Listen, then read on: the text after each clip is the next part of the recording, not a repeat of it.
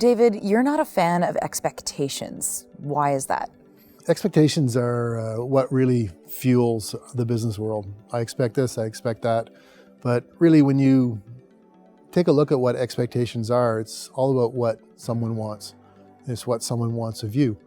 And I really believe that it's the wrong approach, because if I have an expectation of you, chances are you really don't like that. And who am I to have an expectation of you? So what I find works a lot more effectively are agreements. And when we can change our language around from I expect something from you, because when I expect something from you and you don't meet it, well, that creates a problem for both of us.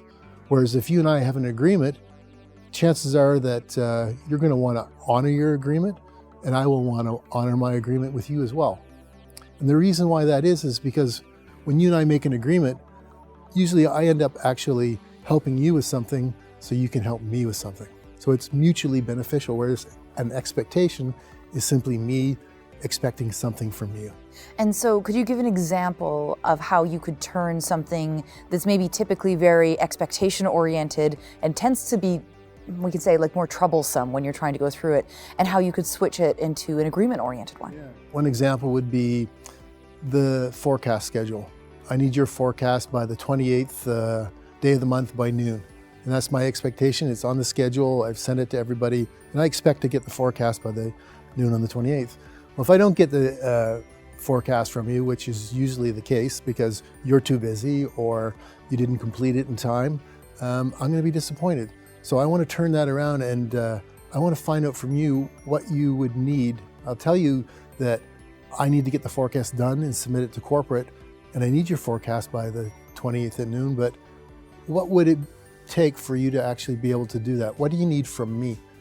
And you might tell me, my assistant's away this week and the computer in the front office is broken. There's probably not a really big chance that I'm going to be able to meet your deadline. And I said, well, okay, hold on. There's not much I can do about your assistant being on holidays, but I can make sure that our systems person comes and fixes your computer today. And then all of a sudden, I've given you something. I've actually helped you.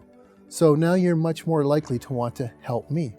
And at the end of the day, I might be the director of finance of the hotel, or I might even be the general manager, and you might be a department head manager, but that doesn't mean that I have the right to have an expectation of what you're going to do.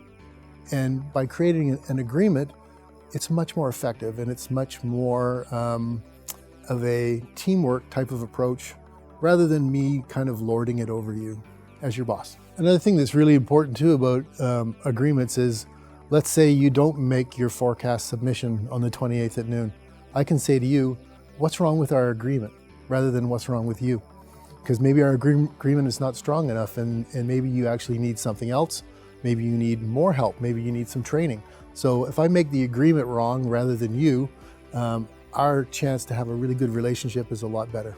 And so for someone who's looking to try to make that switch, to take something that right now is expectation oriented, to make it oriented towards agreements, what advice would you give them? I do this exercise in my workshops all the time, and what I ask people to do is to get together, and I want you to tell me a complaint you have about me. So once you tell me the complaint about me, you and I then need to make an agreement as to how we're going to eliminate this complaint.